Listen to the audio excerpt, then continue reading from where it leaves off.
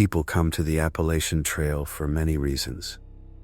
Some walk it for exercise, measuring progress in miles and elevation.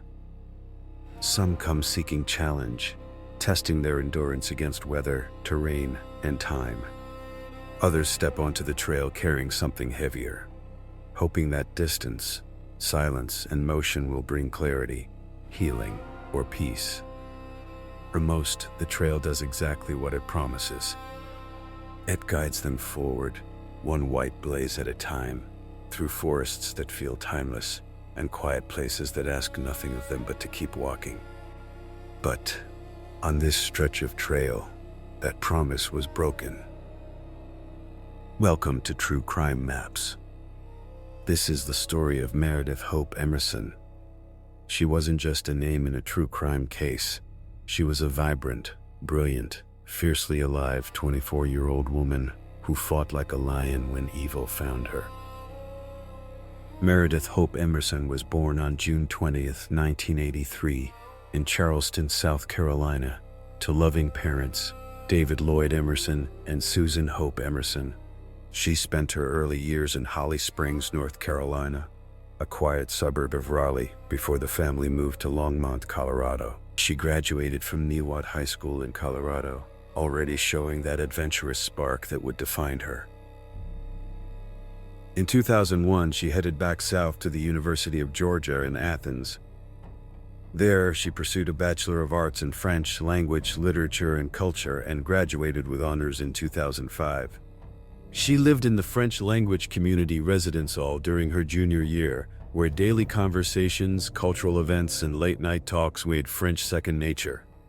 She became an officer in the university's chapter of the French Honor Society, Pi Delta Phi.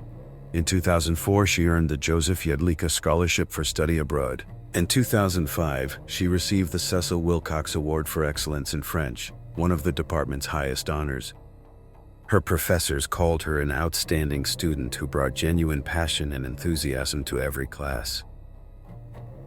Her most transformative experience was studying abroad in Aix-en-Provence, France, through the Institute of American University's College French Honors Program. She fell in love with the culture, the language, and the food. Her parents later said it changed her life. In her memory, the University of Georgia created the Meredith Hope Emerson Memorial Award for Study Abroad scholarships that still send students to the same program she cherished. But Meredith wasn't only about books and languages. She was a dedicated martial artist. She trained seriously in at least 2 disciplines, earning a green belt in one style, possibly judo or karate, and a blue belt in aikido. At only 5 feet 4 inches and 120 pounds, she impressed her instructors. One instructor remembered her pushing herself like she lived every day, hard and with everything she had. After graduation, she settled in Beaufort, Georgia, just northeast of Atlanta. She lived with a roommate and built a career she was excited about at the Gwinnett Center, a major arena and convention facility. She started as a sales assistant and quickly moved into a booking coordinator role. Colleagues described her as smart, passionate, and full of leadership potential. Outside of work, she poured love into animals, like training her black Labrador retriever Ella as a potential therapy dog. She also frequently babysat for families in the area. She was vibrant, adventurous, deeply caring, and completely in love with the outdoors and hiking. That's who Meredith Emerson was on the morning of January 1st, 2008. A young woman with her whole bright future ahead of her. She left a note for her roommate, loaded Ella into her 1995 Chevrolet Cavalier, and drove north to Vogel State Park in Union County, Georgia. She parked at the Byron Herbert Reese parking lot and set out for the Freeman Trail, which connects straight into the Appalachian Trail on Blood Mountain. She was exactly where she belonged, happy, free, surrounded by the mountains she loved. Witnesses later remembered seeing her smiling on the spur trail near the parking lot, walking with Ella. Then everything changed. A 61-year-old drifter named Gary Michael Hilton confronted her somewhere on the spur trail, armed with a bayonet and a baton. He demanded her ATM card and PIN. Meredith did not freeze. Whoa. She did not beg. Instead, she attacked. She grabbed the blade of his knife with her bare hand and took it from Hilton. He countered with the baton, and she disarmed him of that as well and turned the fight back on him. In the scuffle, they tumbled down a steep slope off the trail, leaving both weapons behind in the woods. Hilton later admitted he lost control because she wouldn't let go of the initiative. He told investigators, with visible frustration, she wouldn't stop. She wouldn't stop fighting and yelling at the same time. He had to punch her repeatedly, blackening both her eyes, just to try to control her, but he broke his own hand in the process. At 5 feet 4 inches and 120 pounds, this young woman fought like she lived, hard and with everything she had. Given his imposing size and menacing demeanor, Hilton had controlled people before, but Meredith Emerson was different. He thought he had control. He didn't. He chose her because he thought he could control her. What he got was a fight that never stopped. Hilton forced her into his van. Later that night, they pulled into a Bank of America ATM in Gainesville, Georgia. Meredith, still fighting with every fiber of her being, gave him the wrong PIN number to her card, over and over. But the next 3 days, they drove the corridor between Gainesville and Cumming, hitting ATM after ATM. Each time she insisted the wrong number was correct. Each time, she bought herself more time. She refused to make it easy for him. She made him work for every single second. Defeated in his efforts to rob Meredith, Hilton drove to the remote Dawson Forest Wildlife Management Area. He chained Meredith to a tree and bludgeoned her to death. Then he decapitated her post-mortem and tried to bleach the body to destroy evidence. He left her remains in the forest, expecting for them to not be discovered until he was far from the area. On January 4th, Hilton released Ella.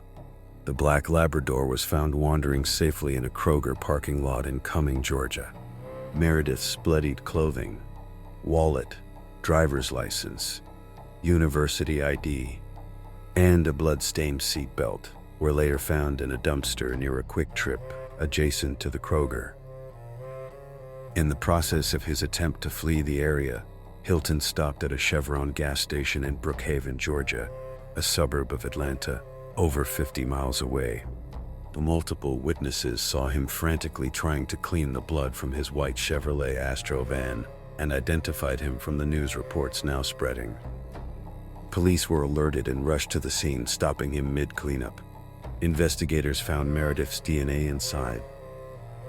During his interrogation, shocking admissions were made.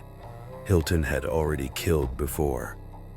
On October 21, 2007, in Pisgah National Forest in North Carolina, he murdered 84-year-old Irene Bryant and abducted her 80-year-old husband, John. He forced John to give him the PIN to their bank card to withdraw cash and then killed him, and left his remains in the Nantahala National Forest nearby. On December 3, 2007, near Tallahassee, Florida, he abducted and murdered 46-year-old nurse Cheryl Dunlap. By then, a pattern was emerging.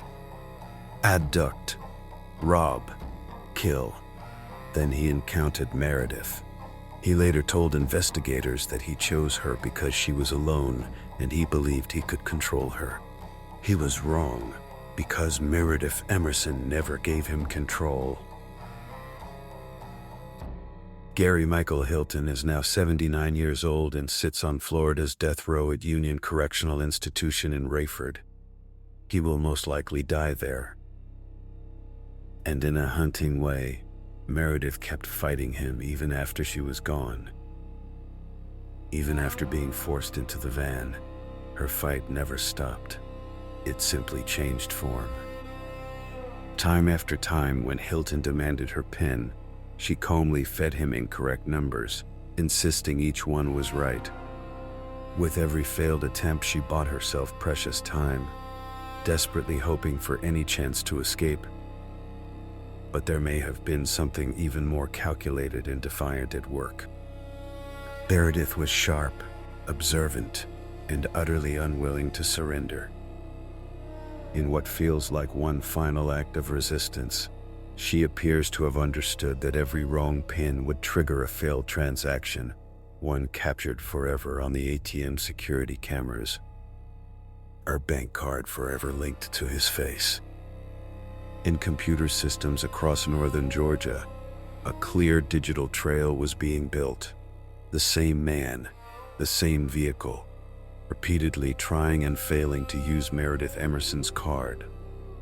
Even as her own chances faded, she, possibly unwittingly, turned the only thing he wanted from her, a simple 4-digit code, into a silent act of defiance. And in doing so, helped create a trail that would remain long after she was gone. Her card, her name, and his own face would lead authorities inexorably back to him. Meredith Hope Emerson was a scholar, a traveler, a martial artist, an animal lover, a friend, a daughter, and, when the moment came, a hero who refused to surrender. She injured her attacker and outsmarted him for days. His name, someday, will likely be forgotten, except for those who go looking for it. Meredith, on the other hand, leaves behind a lasting legacy. She left behind scholarships in her name at the University of Georgia, aiding students to follow in her footsteps. She left behind legislation, namely the Meredith Emerson Memorial Privacy Act, that protects the dignity of other victims. Her story continues to be shared, especially among women, as a reminder of vigilance, awareness, and the power of resistance. Ella lived out her days with Meredith's family, and every year, people still hike Blood Mountain in Meredith's honor, leaving flowers and remembering the woman who fought like a lion. Meredith Emerson is remembered, honored, and deeply grieved, both for the beautiful life she lived and for the extraordinary fight she never surrendered.